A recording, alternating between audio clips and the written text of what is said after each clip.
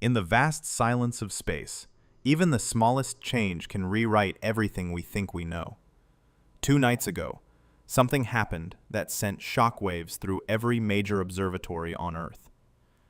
The interstellar object known as 3.I/ATLAS suddenly brightened, not gradually, but explosively. The iridescent haze of a stranger from beyond our solar neighborhood has just revealed something extraordinary. The James Webb Space Telescope, JWST, has confirmed that the interstellar visitor, 3I/ATLAS, is exhibiting behavior and composition unlike anything seen before in our solar system. This fleeting wanderer hurtling through our realm of planets and asteroids is rewriting our understanding of how interstellar objects evolve, what they carry, and perhaps how many secrets the broader galaxy has imposed upon them over billions of years.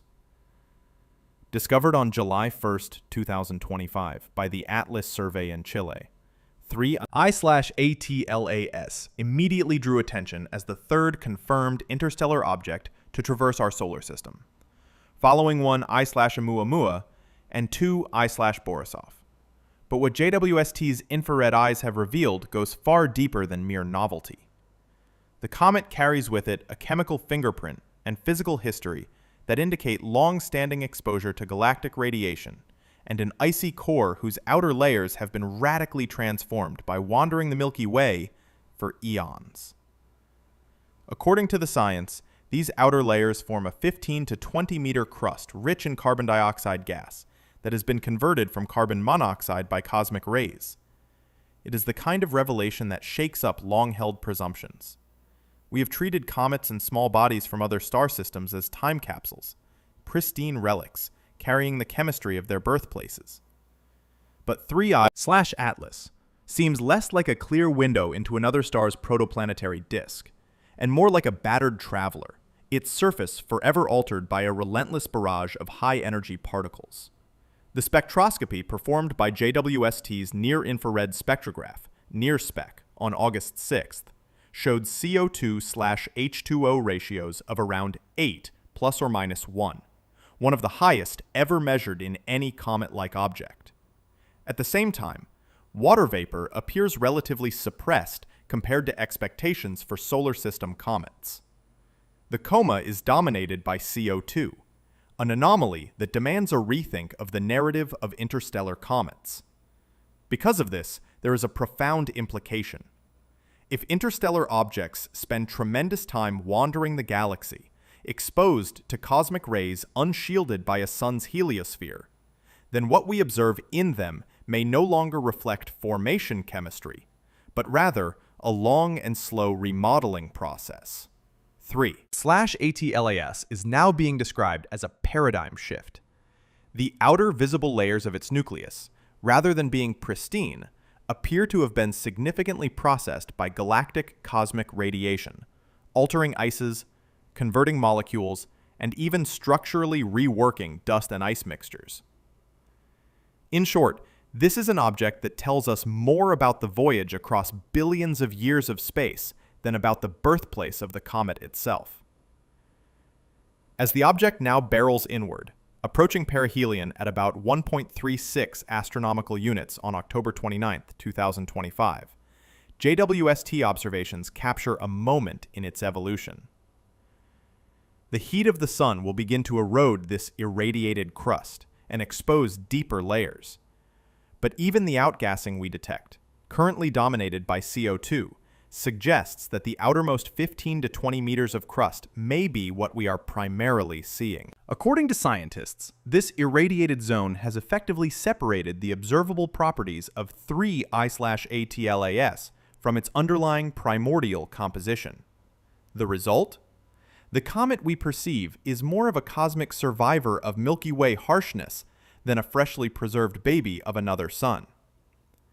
This new finding raises major questions about how we classify interstellar objects, and how we might interpret their chemical signatures. If an object spends billions of years in interstellar space with relentless exposure to high-energy particles, then the assumption that their surface layers reflect initial formation conditions may be flawed. In fact, we might never be able to peek into their unaltered interior without deep penetration or fortuitous disruption. The thick, irradiated crust observed on 3I/ATLAS suggests that what we see is the processed outcome of its journey, not the original blueprint. From a chemical and physical evolution standpoint, this means that the abundance of CO2 relative to H2O in 3.I/ATLAS may not primarily reflect where the comet formed, but rather how it has been processed over time. Laboratory experiments indicate that galactic cosmic rays convert CO2 into CO2 efficiently over long timescales, and then form organic-rich crusts at the top of icy interiors. The steepening of the spectral slope of 3.I/ATLAS's coma, the unusually high CO2/H2O ratio, and the overall outgassing properties all align with this processing model. Consequently, the comet's current state is like a geological record, not of its birth environment, but of its eons-long interstellar exile. Another striking implication is that our models of volatile retention, thermal processing, and outgassing in interstellar objects must be revised. Traditional solar system comet models reasonably assume that water sublimation dominates as the object approaches the sun, because H2O is abundant and more available. But 3I/ATLAS has upended that notion. Its water activity is relatively low, yet it's active well beyond the distance where water sublimation usually dominates. Observations from the Swift Ultraviolet Optical Telescope detected OH emission at 3.51 astronomical units, suggesting water release at distances where water ice typically is dormant in solar system comets. That means the comet's activity machinery and volatile budget has been altered, rewired by its exposure history. For instance, if the outer layers are hardened or insulated by a radiation-induced crust, then heat from the sun might not penetrate deeply enough to drive water sublimation until later in the approach. Thus, CO2 and CO, which require less heat or can sublimate from shallower depths, can dominate the coma much earlier. The observed CO2-dominated coma supports that scenario. The concept that such an object carries an insulated ancient shell through which the sun's heat must slowly beat down opens up a view of cometary behavior that is more complex than we ever assigned to solar system comets. This then touches on planetary science and the study of planetesimal formation in different star systems.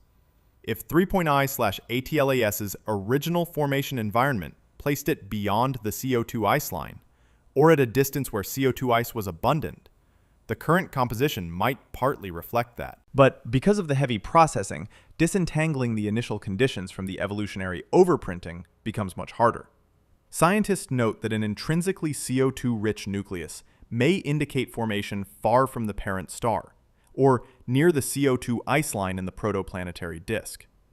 But now, they also argue that far more of the current coma composition is shaped by cosmic ray processing rather than formation chemistry. The balance between those two influences is now a frontier. Another line of implication is the age of the object. 3I/ATLAS may be significantly older than our solar system, possibly on the order of 7 billion years or more. If that's the case, then the journey it has undertaken, its exposure to the galactic environment, has been dramatic. It opens the possibility that objects traveling between star systems for billions of years will systematically evolve towards certain chemical and structural states, ones that might converge despite widely different formation conditions. In other words, an interstellar comet discovered today might carry the imprint not just of its birth system, but of a galactic aging process that modifies it in a predictable way. For observers and modelers, this invites caution. A composition measurement alone may not immediately reveal the birthplace conditions of the object.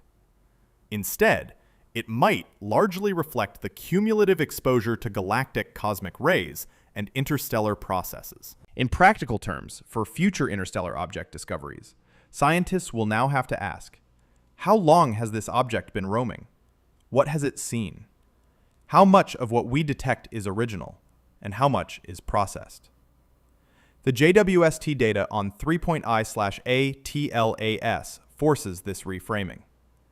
From a dynamics point of view, its hyperbolic trajectory confirms its interstellar origin. But now the interior story of its constituent materials is more complex. Its activity, outgassing, tail formation, and coma structure must be interpreted with a dual lens: formation plus exposure.